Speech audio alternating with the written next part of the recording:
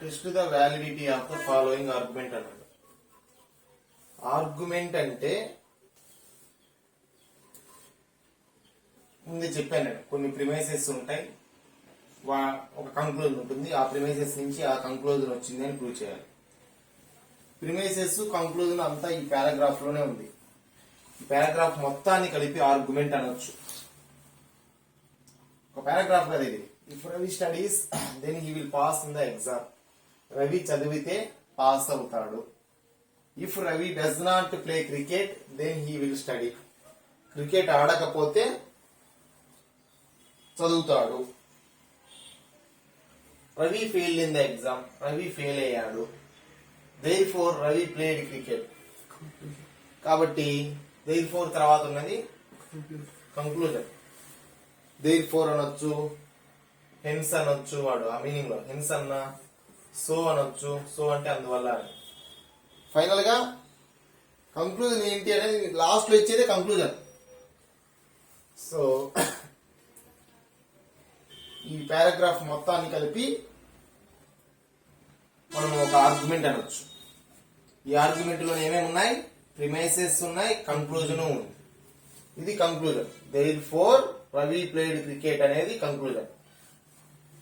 దానికి ముందు చెప్పినవన్నీ ప్రిమైసెస్. ఎన్ని ప్రిమైసెస్ ఉన్నాయో చూడు. 1 ఫుల్ స్టాప్ వరకు చూసుకోవాలి. 3 ప్రిమైసెస్ అంటే నథింగ్ బట్ అవి కూడా స్టేట్మెంట్సే. సింపుల్ స్టేట్మెంట్స్ ఉండొచ్చు, కాంపోజిట్ స్టేట్మెంట్ ఉండొచ్చు. స్టేట్మెంట్ అంటే nothing but sentence which we can say whether it is true or false అనే కదా. అంటే స్టేట్మెంట్ అంటే ఒక సెంటెన్స్ ప్రాపర్టీ సాటిస్ఫై చేయాలి. సెంటెన్స్ అంటే ఫుల్ స్టాప్ ఉండాలి కదా. అందుకనే ఫుల్ స్టాప్ ఉన్నంత వరకు ఒక స్టేట్మెంట్ అవుతుంది. మధ్యలో వరకు కట్ చేసి అట్లా కాదు. ఫుల్ స్టాప్ ఉన్నంత వరకు స్టేట్మెంటే. కాకపోతే ఇక్కడి నుంచి ఇక్కడ వరకు కదా, అది కాంపోజిట్ స్టేట్మెంట్ అవుతుంది. ఇక్కడ నుంచి ఇక్కడ వరకు కాంపోజిట్ స్టేట్మెంట్ అవుతుంది. ఎందుకు అవుతుంది కాంపోజిట్ స్టేట్మెంట్ మళ్ళీ చూద్దాం. సరే, ఇవన్నీ మనకు తెలియాల్సిన అవసరం లేదు. ప్రాబ్లం చేయాలంటే ఇక్కడ నుంచి దేర్ఫోర్ రవి ప్లేడ్ క్రికెట్ అనేది కంక్లూజన్. దానికి ముందున్నాయి ప్రిమైసెస్. కాబట్టి సింపుల్ గా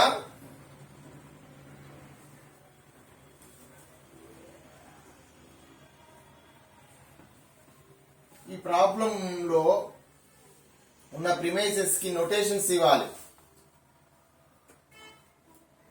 ప్రిమైసెస్ అంటే ఇక్కడ నుంచి ఇంతవరకు, ఇక్కడ నుంచి ఇంతవరకు 3 ప్రిమైసెస్ ఉన్నాయి కదా. వీటికి నోటేషన్ ఇవ్వాలంటే సింపుల్ సెంటెన్స్ గా విడగొట్టాలి వీటిని ముందు. నేను ఆల్రెడీ చెప్పాను మీకు, ఇఫ్ ఉన్నా తీసేసేయండి. ఇఫ్ దెన్ అనేది ఇంప్లైస్ లో కలిసిపోతుంది. దేంట్లో కలిసిపోతుంది? ఇంప్లైస్ లో. ఈ సెంటెన్స్ లో లేవు ఇఫ్ దెన్ కానీ. ఏమంటే అంటే ఇఫ్ దెన్ అంటే ఇంప్లైస్ కి సంబంధించింది. అండ్ సెంటెన్స్ ఎక్కడైనా అండ్ వస్తే ఈ సింబల్ పెట్టుకోవాలి. ఆర్ వస్తే ఈ సింబల్ పెట్టుకో. నాట్ వస్తే నెగేషన్ పెట్టుకో. నాట్ వస్తే నాట్ తీసేసే. సెంటెన్స్ తీసేసి సింపుల్ సెంటెన్స్ గా రాయి. సింపుల్ సెంటెన్స్ రాసేటప్పుడు నాట్ ఉపయోగించొద్దు. తర్వాత ఆ ప్రిమైసెస్ ని సింబాలిక్ గా రిప్రజెంట్ చేసేటప్పుడు నెగేషన్ ఉపయోగిస్తాం. ఓకే. రవి స్టడీస్ అనేది ఇఫ్ దెన్ అంటే ఇంప్లైస్ కదా ఉపయోగించేది. ఇంప్లైస్ అంటే ఇటు ఒక స్టేట్మెంట్ ఉండాలి, ఇటు ఒక స్టేట్మెంట్. అంటే దీంట్లోనే ఎన్ని స్టేట్మెంట్స్ ఉన్నట్టు? సింపుల్ స్టేట్మెంట్స్ 2 ఉన్నట్టు లెక్క. అంతేనా కాదా? If Ravi studies then he will pass. అంటే 2 సెంటెన్సెస్ ఉన్నట్టు దాంట్లోనే ఇంప్లైస్ వాడుతున్నామంటే. అంతే కదా. ఇఫ్ దెన్ వచ్చిందంటే ఇంప్లైస్ వాడుతున్నామంటే 2 సెంటెన్స్ ఉన్నట్టేగా మినిమం. సో రవి స్టడీస్ ఒక sentence, statement. He will pass. He means Ravi అనే రాసుకో నీట్ గా కావాలంటే. హీ అయినా పెట్టుకోవచ్చు, నష్టమేం లేదు. Ravi will pass in the exam. Simple statements వెళ్ళగొడుతున్నా అన్ని. ఇక్కడ కూడా ఇఫ్ తీసేసాయి. నాట్ అంటే డస్ నాట్ తీసేసాయి. ఇంకా నాట్ అంటే నాట్ పెట్టినందుకే కదా డస్ పెట్టింది, డస్ నాట్ అని. కాబట్టి డస్ నాట్ తీసేసాయి. దెన్ తీసేసి. ఇఫ్ దెన్ ఒకటే కదా, ఒకదాని కింద ఇంప్లైస్ కింద కదా. కాబట్టి ఇక్కడ విడగొట్టు మళ్ళీ. Ravi plays cricket. Ravi Plays cricket. Play cricket, ఏదైనా రాయి. రవి ప్లే క్రికెట్ అయిపోయిందా. Ravi will study, Ravi study అయిపోయిందిగా, ఆల్రెడీ వచ్చింది కదా. ఈ సెంటెన్స్ లో రవి ప్లే క్రికెట్ ఒకటి ఉంది రాశాను. మళ్ళీ Ravi will study, Ravi study అనేది అయిపోయింది. మళ్ళీ విల్లు లేదు కదా అనుకోకూడదు, రవి స్టడీనే కదా, అది కూడా సెంటెన్స్ మీనింగ్. తర్వాత ఈ sentence Ravi fail in the exam. Ravi fail in the exam అంటే నువ్వు మళ్ళీ సపరేట్ గా రాయకర్లా. Ravi pass in the exam రాసావు కదా, Ravi fail in the exam అంటే దీనికి నెగేషన్ అని కదా. అంటే మళ్ళీ దీన్ని ఒక కొత్త సెంటెన్స్ గా రాయొద్దు అంటున్నాను, కొత్త స్టేట్మెంట్ గా రాయొద్దు. Ravi fail in the exam అంటే దీనికి ఆపోజిటేగా, అంటే దీనిలానే ఉంది కదా అది కూడా. జస్ట్ ఇది వీటికి నోటేషన్స్ ఇస్తాను నేను, అప్పుడు క్లియర్ గా అర్థం. అంటే ఇది రాయాల్సిన అవసరం, ఆల్రెడీ రాసిన కింద లెక్క. ఇది కూడా చూసుకోవాలి. Therefore Ravi played cricket. Therefore అంటే కన్క్లూజన్, అంటే ఈ వర్డ్ను మనం గుర్తుపెట్టుకోవాల్సిన అవసరం లేదు. Ravi played cricket, Ravi played cricket అంటే ఉందిగా, ఆల్రెడీ రాశారుగా. వీటిని నువ్వు నోటేషన్ ఇచ్చుకోవాలి. రవి స్టడీస్ ని ఎస్ అనుకుంటా, Ravi will pass the exam ని పి అనుకుంటా. ఈజీగా అర్థమైపోద్ది. ఎస్ అంటే study, Ravi will study. P అంటే Ravi will pass the exam. C అంటే క్రికెట్ ఆడు అనుకుంటా, క్రికెట్ ఆడతాడు. ఎస్పిసి ఇచ్చారు నోటేషన్, ఓకేనా. సో ఇలా నోటేషన్, లేదా పీక్యూఆర్ కూడా ఇచ్చుకోవచ్చు. పీక్యూఆర్ ఇచ్చుకుంటే వాటికి అర్థం పార్థం లేకుండా ఇచ్చినట్టు ఉంటుంది. ఎస్ ఇచ్చారంటే రవి స్టడీ, పి ఇచ్చారంటే Ravi pass in the examination, C అంటే రవి ప్లేస్ క్రికెట్ అని, సి ఫర్ క్రికెట్ అన్నట్టుగా ఇచ్చారు. మనం ఎలా ఇచ్చుకోవచ్చు, ఇలానే ఇవ్వాలని ఏం లేదు. సో ఇప్పుడు చూడు, Ravi fail in the exam అంటే రవి పాస్ ఎగ్జామ్ పి అనుకున్నాం. Ravi fail in the exam అవుతుంది, నెగేషన్ పి అవుతుంది దీన్ని బట్టి. కాబట్టి ఈ 3 సెంటెన్స్ తో ఈ పారాగ్రాఫ్ అంతా చెప్పొచ్చు అని దాని అర్థం. ఇవి ఇంపార్టెంట్, ఇవి సింపుల్ సెంటెన్సెస్ అంటే ఇవి ఇంపార్టెంట్ ఐడెంటిఫై చేయడం. ఇఫ్ దెన్నులు, అండులు, నాట్లు అన్ని వస్తే తీసేసేయాలి, ఇలా రాయాలి. ఎక్స్ప్లెయిన్ చేసిన కదా ఆ విధంగా రాయాలి. ఓకే, ఇప్పుడు 1 by 1 రా. If Ravi studies then he will pass in the exam. If then వచ్చిందంటే ఏ సింబల్ రావాలని చెప్పాను, S implies P. S implies రావాలి. రవి స్టడీస్ అంటే ఏంటి, S. Pass in the exam అంటే ఏమనుకున్నాం, పి. ఎస్ ఇంప్లైస్ పి అవుతుంది. అంటే ఇదంతా అయిపోయింది, ఇంకా ఇక్కడ వరకు అయిపోయిందండి. Second, if Ravi does not play cricket then he will study. మళ్ళీ ఇఫ్ దెన్ వచ్చింది కాబట్టి ఇంప్లైస్ వస్తుంది. Negation PS. Ravi does not play cricket, ఇక్కడ తీసేసాం కదా అని చెప్పేసి అది తీసేసింది. ఇప్పుడు ఇవి రాయడం కోసం తీసేసాం. ఇప్పుడు మొత్తం సెంటెన్స్ చూసుకోవాల్సిందే. If Ravi does not play cricket, play cricket ఏమనుకున్నాం, సి.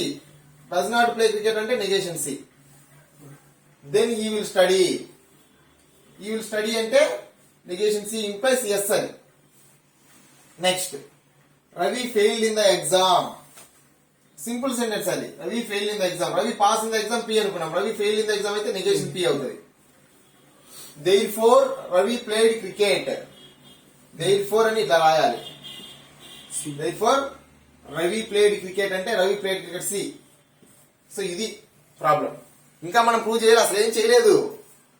ఈ యొక్క వర్డ్స్ లో పారాగ్రాఫ్ గా ఇంగ్లీష్ వర్డ్స్ లో ఇచ్చినటువంటి ఇంగ్లీష్ సెంటెన్స్ తో ఇచ్చినటువంటి పారాగ్రాఫ్ ని మ్యాథమెటికల్ గా, సింబాలిక్ గా ఇలా రాశాం.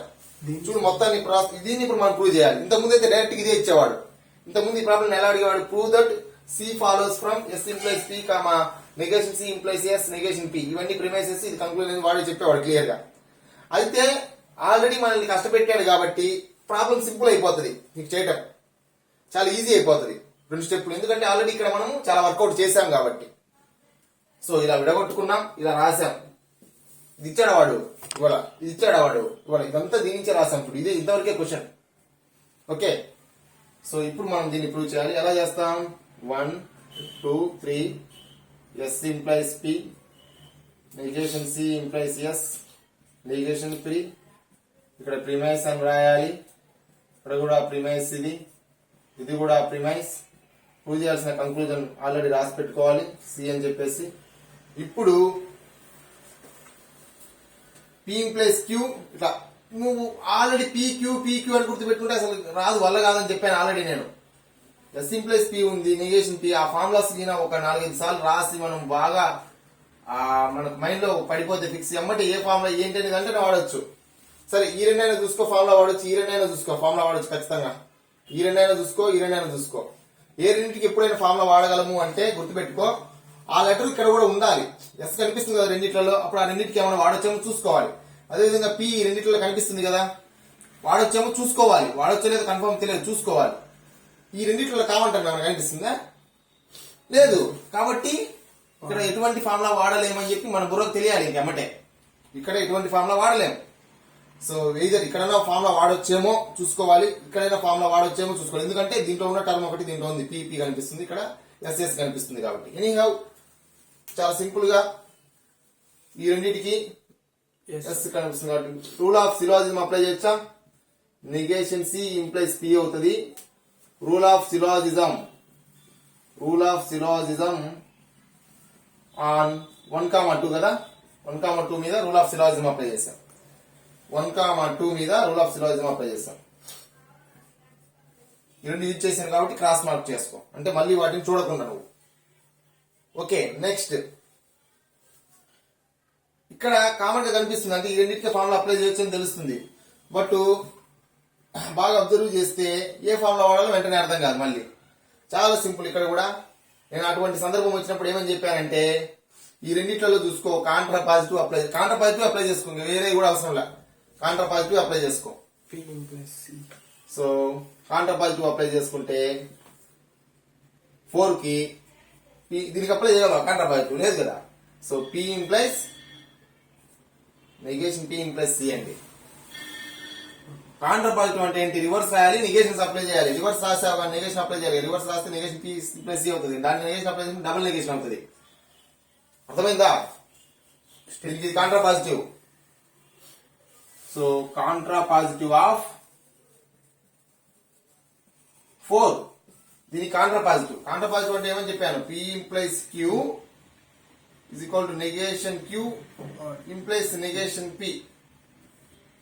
ఇది కాంట్రా పాజిటివ్ అంటే. పి ఇంప్లైస్ క్యూ ఉంటే రివర్స్ రాశాను, క్యూ ఇంప్లైస్ పి అని నెగేషన్స్ కూడా పెట్టాలి. అదే ఇక్కడ కూడా చేసింది. నెగేషన్ సి ఇంప్లైస్ పి కి రివర్స్ రాస్తే పి ఇంప్లైస్ నెగేషన్ సి అవుతుంది ఫస్ట్. మళ్ళీ నెగేషన్స్ పెట్టాలి. ఇక్కడ నెగేషన్ పెట్టి ఇక్కడ ఆల్రెడీ నెగేషన్ ఉంది కాబట్టి పోతుంది ఉన్న negation. Negation P implies C అదే రాస్తుంది. అది కాంట్రా పాజిటివ్. ఇంత చేయాల్సిన అవసరం లేదు మనం డెరివేషన్. కాంట్రా పాజిటివ్ అంటే వెంటనే చెప్పగలగాల. రివర్స్ చేసి నెగేషన్స్ పెట్టుకోవడం బై ప్రాక్టీస్ తెలుస్తుంది. అంటే ఇప్పుడు ఇది వాడాం కదా, 3,5 వాడాలి. 3,5 rule of modus Ponce apply చేస్తే పి ఇంప్లైస్ క్యూ లాగా ఉంది కదా. నెగేషన్ ఇక్కడ ఉన్నది ఇక్కడ ఉండాలండి. మోడస్ పోన్స్ అంటే ఇక్కడ ఏదైనా ఉండని అది రాస్తాం రిజల్ట్. పి ఇంప్లైస్ క్యూ, దాని అర్థం అదే కదా. అది మైండ్ లో పడిపోవాలి. అంతేగాని P implies Q is equal to Q అవుతుంది మోడస్ పోన్స్ ప్రకారం ఎన్నిసార్లు నేర్చుకున్నప్పుడు ఉపయోగం లేదు. అక్కడ ఏం జరుగుతుంది లాజిక్?